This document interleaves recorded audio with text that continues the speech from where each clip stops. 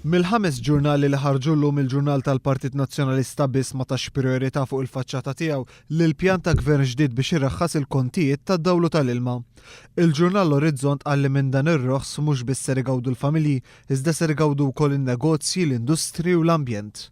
L-editorjal tal-ġurnal The Times li jistaqsi minn fejn ser jiġu 370 miljun euro biex ikun iffinanzjat dan il-pjan qal li l-mexxej Laburista Joseph Muscat ħataf l-opportunità u spjega kif ser jorħsu l-kontijiet. Dawk li ħasbu li l-Partit Laburista ma kienx ser jasal biex joħroġ bil-proposti tiegħu warralhom u baqgħu iddiżappuntati. Tenna l-ġurnal.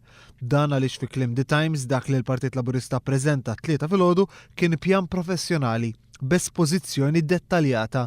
L-għażla tal-konsulenti ta' kredibilità kbira lil pjan tal-Partit Laburista qal il-ġurnal The Times.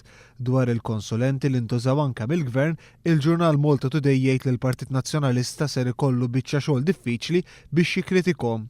Il-ġurnal The Times fl-editorjal tiegħu jistaqsi wkoll dwar iż-żmien li fih qed ikun propost li jsir dan il-proġett. Min-naħa tiegħu l-editur maniġerjali tal-ġurnal Malta Today Xavier Balzani kritika r-reazzjoni tal-Partit Nazzjonalista għal dan il-pjan u ddeskriviha bħala għeneb qares.